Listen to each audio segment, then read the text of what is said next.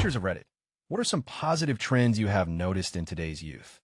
Story 1 is a general rule. They are more understanding and forgiving if somebody is different. Don't get me wrong, some of them are still dicks to those kids, but it is a shrinking minority. Edit wow. Most upvoted comment of the day. Reading the comments, it seems many of you agree. That can only be a good thing. Story 2, my GF is a teacher, and she's amazed at how uncool drinking and driving is. Kids are like that stupid you will kill someone. They literally make fun of kids who do it. In my day, everyone drove drunk. Very positive change.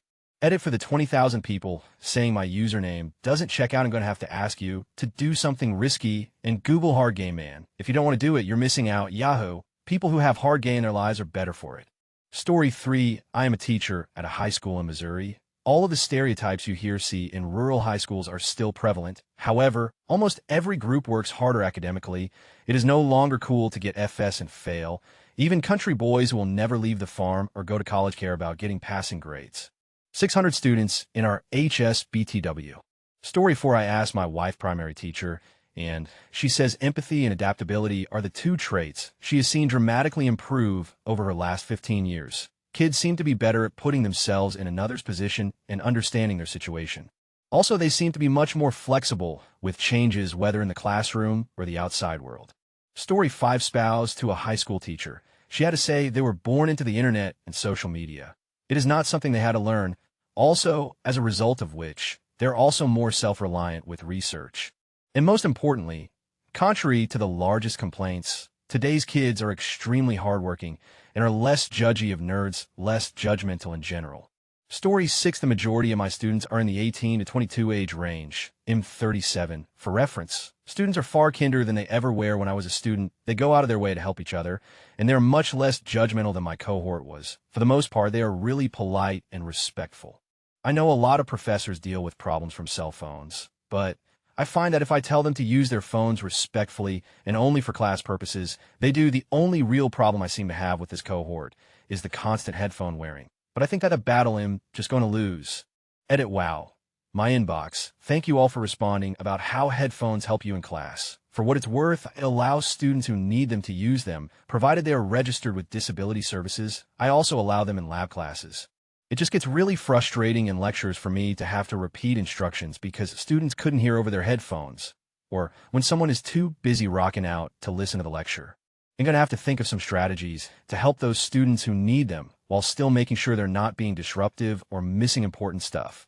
Edit the second, I am truly, deeply sorry for my spelling error. I'm leaving my very small mistake up as a badge of shame. Story 7, they are generally independent and self-reflective. When I first started teaching, I thought I had simply lucked out getting students who were consistently bright, engaged, and curious. But having now taught at 3 different universities on 2 different continents, it seems to be a general trend across universities. They're also, as noted elsewhere, generally kind and empathetic, and both my male and female students are usually pretty emotionally mature. Story 8, the 8-year-olds I teach really make a huge deal about plastic. We watched the Blue Planet 2 episode with them, and since then they've been so mindful and really want to protect the oceans. Story 9, kids are openly kind and loving regarding their parents. I had a tough football player day in class once. I love my mom. She's my best friend. I see the old of my parents' suck mentality falling by the wayside recently. Story 10, girls ask boys out more often. Boys are starting to expect girls to be more frank and straightforward with what they want more often. Other than that, just like my colleagues, generally kinder, more generous, understanding of differences, mature. On the other hand, I find them generally more sad, maybe more cynical, and overall quite happily pessimistic toward the future. A kind of aha we're so vibe I feel sometimes. Edit, I gotta say that I teach in France. It has its importance. Story 11, I worried about my son, who has mild autism for the first 10 years of his life. I kept telling him that middle school would be hard, kids would tease him, etc., and that high school would be even harder in the same respect. 15 years ago, I would have been right. Fast forward to now, and I'm constantly amazed and grateful for how well he is treated.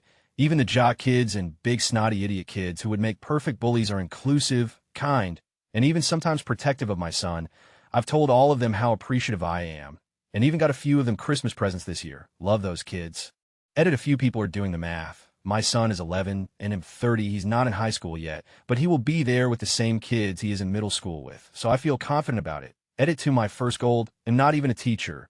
Story 12, a realization that any sort of specialization is a good thing and that a four-year college isn't necessary for everyone. Lots of my students want to go to tech trade school or apprenticeships. They're learning from my debt-laden generation.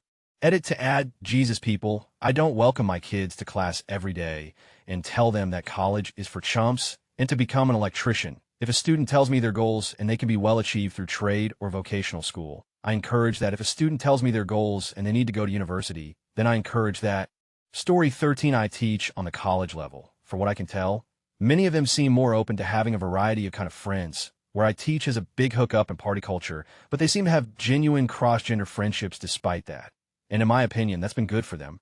Edit, I feel like I should specify, since this comment blew up, that this is dependent on who's available to you in terms of variety. For example, I went to a very racially diverse undergrad and had all kinds of friends.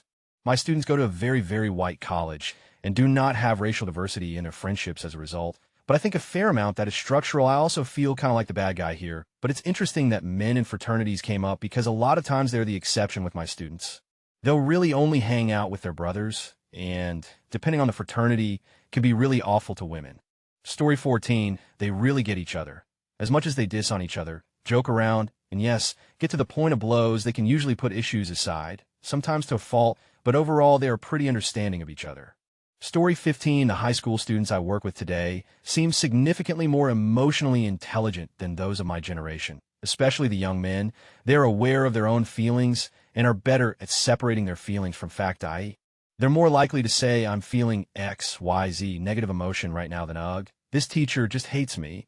They're also better at seeing and accommodating emotions in other people. There's more awareness of and sympathy for mental health issues. Hey, I raised an illustration the other day.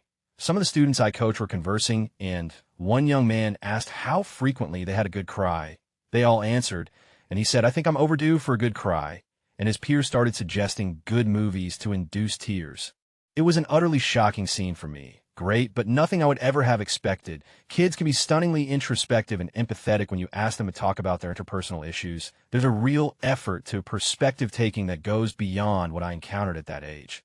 Also, the students I work with have some selection bias, to be fair, but the ones I encounter as a whole care a lot about current events. It's like it's actually cool to know and care what's going on, and it's uncool not to. This is very different from how I grew up. I think a lot of them would agree with the statement being smart is cool and learning new things is fun, which seems simplistic, but isn't true to everyone. I think it's related to the pressure to get into college. This pressure to be more well-rounded in your interests is a double-edged sword. Kids get social capital for being exposed to different ideas and cultivating interests, but it's also a difficult race to model yourself into some ideal. Edit, I should clarify that I am a coach, not a teacher, so my sample size is more homogeneous. I'm also in a unique position where I regularly interact with urban public school kids, mostly low-income students of color, largely white, wealthy suburban public school kids, and first-year college students. These observations apply across that spectrum. Story 16, students are not afraid to just be nice to each other. I teach elementary art, and it is so nice when a kid who is pretty unskilled in art show another kid their work, and instead of getting laughed at like when I was in school, kids are just so sweet and will say things like, wow, I really love that. I hear kids telling other kids, I think your work is beautiful, or I really like your ideas. And I just think of when I was in art, kids made fun of my work. In general, I really don't see kids being bullies as much as they were when I was a kid. I went to school in a really nice district too with few problems, but I was bullied. Kids here have a much worse home life than kids at my old school. And while they could choose to take it out on others, they don't. Kids help each other too. They know if a student is special and will try to help that student out. They'll offer to walk them to the bathroom, or help them with their drawing, or very politely tell them to be careful with things.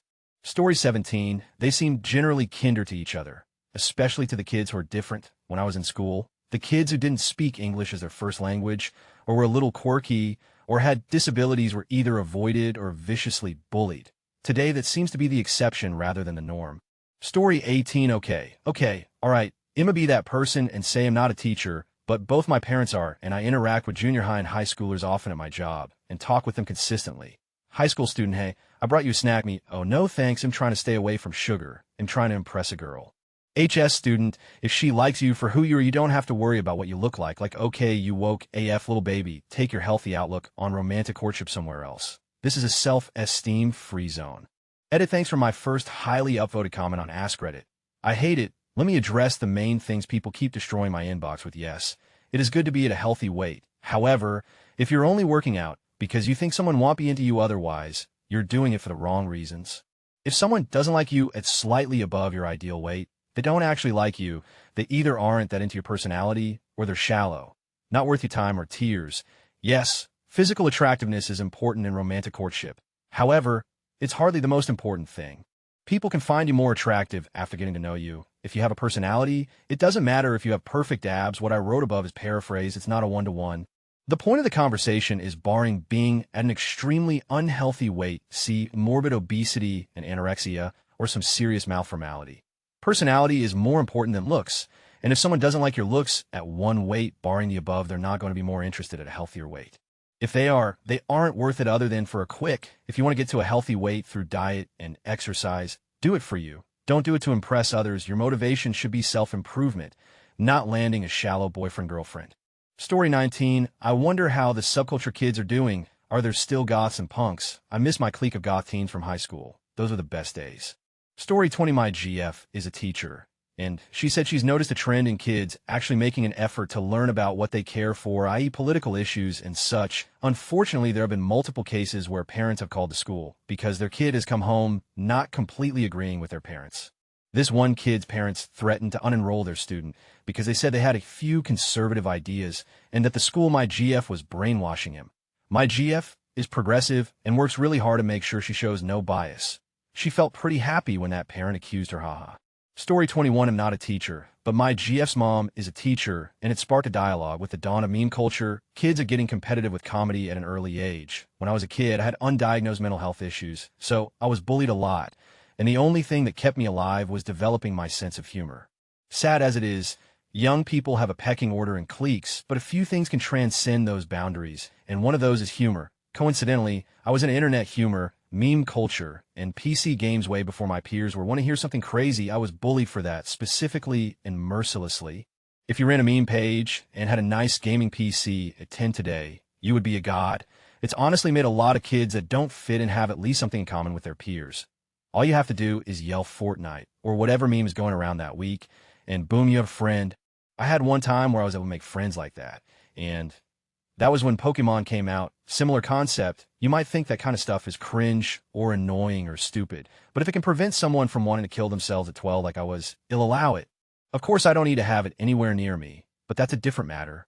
Story 22, as a student currently in high school. The big thing for our generation, at least in decent schools, is that failure isn't cool. Sure, if you up to the teacher and obsess over studying, you'll get made fun of a bit, but the kids getting FS get made fun of a lot more. A lot of the popular kids are actually really smart and get top grades. There's a general awareness that we all need to do well and a lot of aspiration for the future.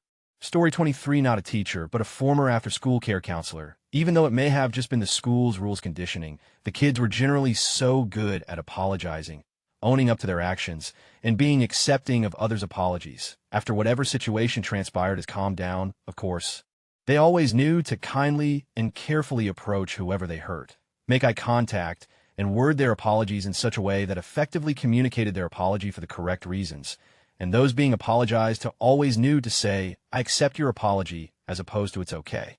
Kids in my day couldn't figure those kind of communication skills out until at least middle school or high school. The only time I would get a sarcastic sorry accompanied with an eye roll and running away would be from a kindergartner or an older child facing other difficulties. Story 24, not a teacher, but I live on a block with a lot of kids, and I babysit frequently. These kids are geniuses. Half of them are doing multiplication before first grade. They read like crazy and actually use technology responsibly. When kids first started using iPads, I was pissed. I thought it was going to lead to a bunch of addiction issues, stuff like that. If it's the parents in my neighborhood or what, but these kids understand they have an hour of iPad games every day, and that's it. There are only a couple of them that have issues with it. Story 25, the general and basic acceptance of other cultures. My city has the highest immigration percentage per capita right now, thanks to our previous mayor declaring us a sanctuary city. I don't feel politically charged one way or another on the topic, but I do wish there was more of a solid matriculation plan for families. Printing permission slips in 27 different languages, this is not an exaggeration, is not exactly meeting the needs of each family when it comes to them understanding what is expected of them as a parent and what is going on in their child's life. That's a whole other whale of a topic, though. The point is, the students don't seem to notice the explosion of culturally different children like at all. More than half of my females wear a hijab over her hair for various religious reasons. No one bats an eye. A fifth of the class is fasting for Ramadan. Oh, that's cool, man. Little Fadilla speaks Swahili. Well, what does it sound like? Cool. Let me show you where the lunchroom is. We frequently talk about family food traditions, and it is a ball hearing what each child's favorite food is. I love it. When I was in school, we had one kid from a foreign exchange program, and he was a celebrity. Now, we don't even teach ESL English as a second language anymore. It's ENL English as a new language. That's because most of our students who speak a language other than English speak at minimum 3 or 4 languages, and several I can think of speak 6 or 7. It's incredible. I see this as a massive step in the right direction.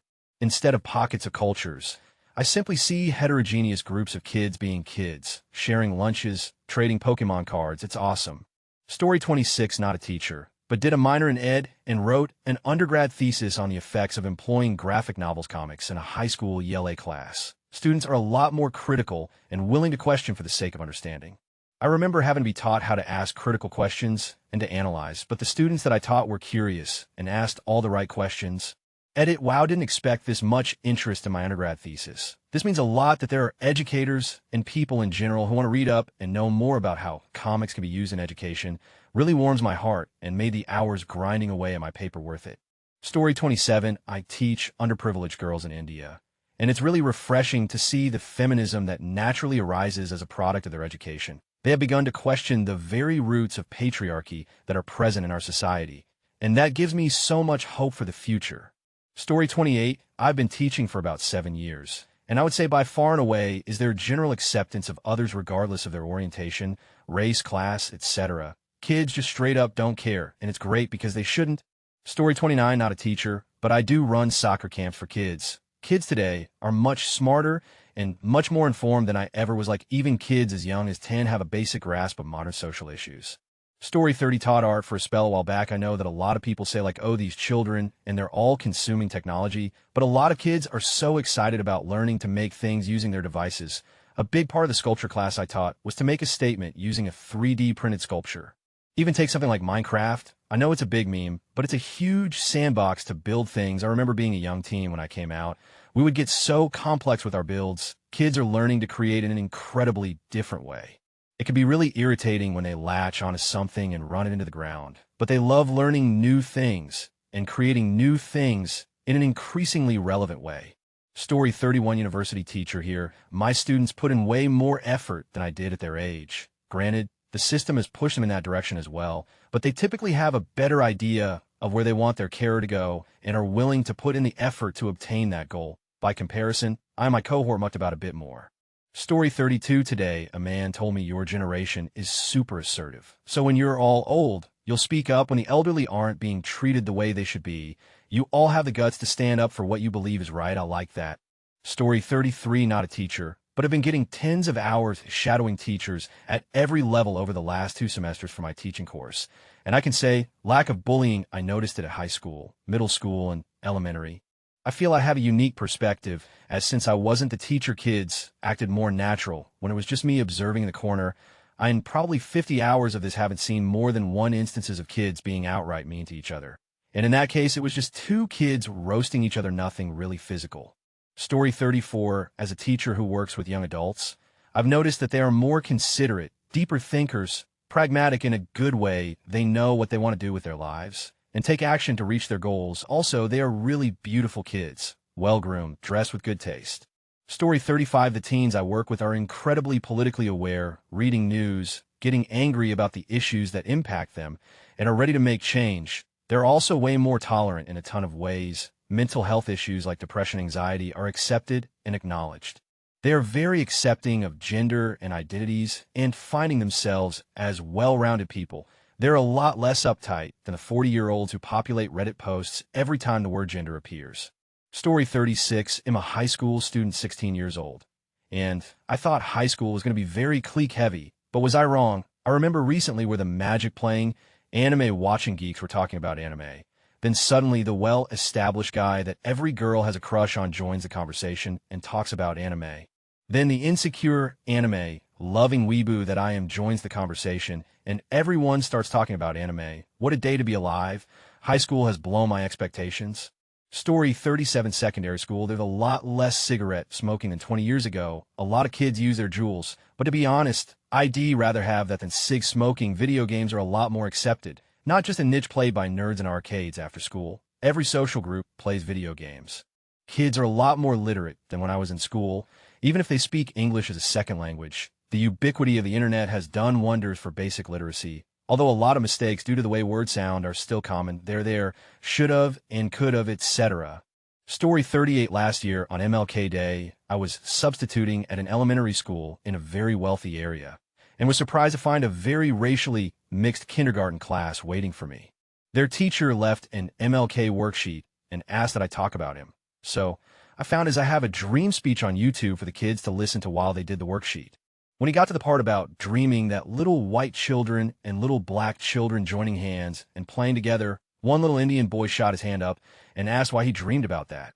I explained that in MLK's day, children of color were not supposed to play or mix with white children, and that they were sent to different schools, eat at different restaurants, and couldn't even share a water fountain. The appalled little faces turned towards me, shook me a little, and when one little white girl said, "But we're all together now, so he's got his dream," I teared up a bit. The kids are all right. Story 39, not a teacher, but worked the 2 to 10 shift at the local gas station across from the JR High and high school. Kids these days are a lot nicer, more likely to donate to our fundraisers, and they have zero problem for paying for each other's stuff when someone's short. Story 40, as an ex-college prof, contrary to belief, they seem better at helping each other out and giving their point of view on a topic or idea. When teaching before, they would try to explain to each other how I explained them to do it. Now, they go look for other ways, both good and bad, on YouTube, and explain different things they have found on YouTube. This mentality can be bad if it doesn't always hold true. I taught math, but other ways of explaining I hadn't thought about. It's refreshing to see the more open sharing of ideas. This may be that they listen better to their peers than to me, but if it helps, I'm not complaining. Story 41, this will get buried, but I feel like I want to share anyways. My son is 6 and on the autism spectrum. He's somewhat verbal, but still socially delayed and doesn't easily interact with peers. He's not aggressive, but he's perfectly content to play on his own. He started kindergarten this year, and while he's receiving special education, they try to have him in the class with the neurotypical children for a portion of every day what they describe as integrated special education. What blows my mind is how these children interact with him. I drop him off occasionally, and when I do, the other kids all will say hi and ask him how he's doing. Even when they know he probably won't respond to them, they invite him to play in the classroom and on the playground, and they are just genuinely nice kids. When I was a kid, special education students were completely segregated from the mainstream students, and we weren't taught about what made them different or how to interact with them. It really makes me happy and gives me hope, not just for my son, but for the next generation as a whole. Also, teachers, you guys rock. Story 42, I've noticed that they're more accepting and inclusive towards others. The athlete will help the saxophone player with their homework, or the student government leader will hang out with the kid who loves to work on cars. Student comes out as gay. Not a big deal. Someone wants to go by a different pronoun. Let's work to make that change become a norm. Cliques and social hierarchy seem to be disappearing, and it's very cool to see that change. Story 43, the whole startup craze is definitely a great development. Kids have people who found successful multi-million-dollar startups in their 20s, and they are being inspired to dream big and work hard for the dream. The previous generations were more concerned about stability, climbing the corporate ladder, but I know way too many university-aged people venturing with their own projects. Sure, changing the world can all be a pipe dream, a rose-tinted and optimistic outlook of youth, especially considering the average age of a successful founder is way into the late 30s. Also, something like 9 out of 10 startups fail. But overall, I think the work ethic, the lessons, the experiences, the connections gained along the entrepreneurial journey are all well worth it for the young. Story 44, not a teacher, but I'm noticing a large rise in self-education. Kids will get excited and independently study things they have interest in. Admittedly, studying Fortnite plays might not be the most useful thing to study, but the ability and willingness to learn on their own will serve them well when they get older. Story 45, I'm a little late to the party on this one, but I'm a high school teacher. I teach both honors and inclusion classes, so I get a great variety of kids. Today, one of my students was very harsh to an autistic student who tried to politely sit next to her and charge his laptop. She said, "You're not sitting next to me," and put her leg in the chair, so he couldn't sit down. Before I could respond, 5 of the tough girls in the class immediately jumped to the autistic student's defense, calling the girl rude and really letting her have it. They were firm and composed in their defense of the student and probably made the kid's day. Teaching can be rough sometimes, but they made me really proud today. I think a lot of our modern-day students are compassionate for others and incredibly intelligent. Don't let their abuse of smartphones fool you. Story 46, that they're totally okay with LGBTQ people. When I grew up, we used to use "that's gay" as a slur. The youth don't care as long as you're a decent person. Story 47, not a teacher, but a Scouts BSA summer camp counselor. The majority of kids, with the exception of Abominable Aiden and a couple others, are respectful and do the activities laid out for them, versus when I was a kid, there was a lot of kids refusing to do some of the activities. Story 48, a lot of my high-achieving students are happy to question and reject ideas, not just accepting them because the older generation used to think act that way. To preface this, I live in Spain, which lags seriously behind in terms of attitudes and views about gender roles. For example, we have been reading Romeo and Juliet, and they were appalled to see the threats and violence towards women. They were outraged by the inequality and the way a father would treat their daughter. To give a more recent example, we also do A View from the Bridge. One of the characters, Rodolfo, behaves in a what could be considered an effeminate way, likes to sing, cook, fancy clothes. To them, there was nothing inherently wrong with any of that behavior, and I had to explain to them why another character disliked Rodolfo so much. Because of it, I hope I'm helping make these old attitudes die. Story 49, I haven't heard the word gay used to refer to anything bad or negative in a few years. It was easy to squash its usage a few years ago, but now I don't even hear it. Story 59 to 12, teacher here. Everyone's in a tizzy because this generation is obsessed with their own fatalistic suicidal humor. I prefer to see a group of kids that are finally able to communicate their feelings and emotions, regardless of how uncomfortable that makes you, Karen. Story 51, I'm a middle school social studies teacher. The students I've taught, whether at a school that was generally dysfunctional or at one that runs really smoothly, question authority and speak out against perceived injustices in a way that kids in my generation in my early 30s did not. They are absolutely aware of the spread of misinformation and attempts to control people's thinking through propaganda, and they are massively better prepared to see through it than any generation before them. This is the only generalization I can really make, TBH. I've been at schools with negative cultures where the kindness that I'm reading other people talk about in their responses was non-existent. I'm at a school now that is so relentlessly positive and loving that if I hadn't taught at other schools, I might think it was a generational thing. For a lot of things, it really is dependent on the neighborhood and school culture. Story 52, teenage pregnancy rates in the U.S. are in a very steep decline. While this is objectively good, the underlying cause seems to be a bit more sinister. They're just having way later than teens just a few years ago, and all kinds of adult-like behaviors are all dramatically postponed. 17-year-olds today are the 15-year-olds of just 10 years ago. See this massive study in 8M for more info. Autistic trans FTM kid was headed off to a small-town Ontario high school. I was super ready with my bad self to mama bear the out. He had meltdowns at school and would hide under a bench in the atrium. Here comes the lacrosse AS rugby teams. You okay, little dude? Anyone bug you, you just tell us. And then they would sit on the bench and just tell other students, little dude is okay. His mama is coming. They would even chase off staff. This would not have happened when I was a kid. Story 53, self-sufficiency. I remember my brothers had big trouble coping with certain classes because information wasn't available. So if you missed a lecture, learning a topic was a pain in the... Now I see them not only researching the themes they missed, but also having so much knowledge available to them that they learn just about every topic they can find. Story 54, I'm 28F, not a teacher, but I'm a non-traditional college student, so I'm around 18 to 22-year-olds every day. What I've noticed most is how open, positive, and accepting they tend to be. Not everyone, of course, but the vast majority. For example, I had a panic attack during a presentation, and they clapped, cheered, and encouraged me to take my time and continue. What easily could have been the most humiliating experience was instead wonderful and positive. I feel like had I done this in front of people my age or older, I would have been met with awkward stares and laughter. They're also far more knowledgeable of the importance for climate change, human welfare, etc. I'm in business school and have been very relieved to hear kids arguing how business practices need to be better, regulated, and green so that we don't destroy this planet. My faith in humanity has been restored. Story 55, I found that kids these days are more aware of the needs of the job market and what they need to do to stand out. They are aware of internships and networks and hobbies that will help them get ahead more than my generation millennial. They volunteer more as a result and pursue their talents' interests.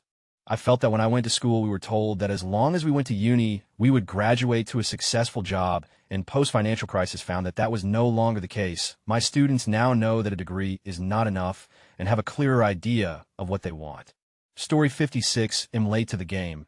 But I've been an HS teacher for 14 years, and I've witnessed a number of changes that give me so much hope for the future. I truly believe the kids will lead the way. We just have to give them our support. I've been preaching to adults lately that teenagers are so much more empathetic than we give them credit for. I have a severe facial pain disorder and have had numerous procedures and brain surgery, and my kids take better care of me than my coworkers. They take care of each other, too. While they aren't afraid to fail, failure isn't a badge of honor. It's cool to be a smart kid. This isn't something I saw first starting 14 years ago. My college-level kids challenge each other to be better, think deeper, and ask more important questions. They're kind. They take care of the odd kids, the quirky ones. They appreciate diversity and differences of opinion. They call out BS. Sure, there are who try to make the lives of other kids, but the majority outweighs the bitter few every time. I love my job, and these kids make my life whole. I hope that all of you vote for candidates who support public education. We need all the help we can get. Story 57, kind and open-minded, like legitimately do not treat the lesbian couple any differently than anyone else in class. Most of them are incredibly patient when working with students who are ESL or differently abled. Also, do not give if someone wants to be called a different pronoun, like, oh, you use sharer instead of him, okay? Want to go get Starbucks? I feel like these are often seen as bad traits, with snarky jokes about assuming genders or being touchy-feely lib snowflakes. But it is seriously beautiful to me to see a bunch of young people in a classroom just working together. That didn't happen for me in high school, and even parts of college. Gay people were gross, and I was a different religion than the majority of my school, so I was doubly gonna haha.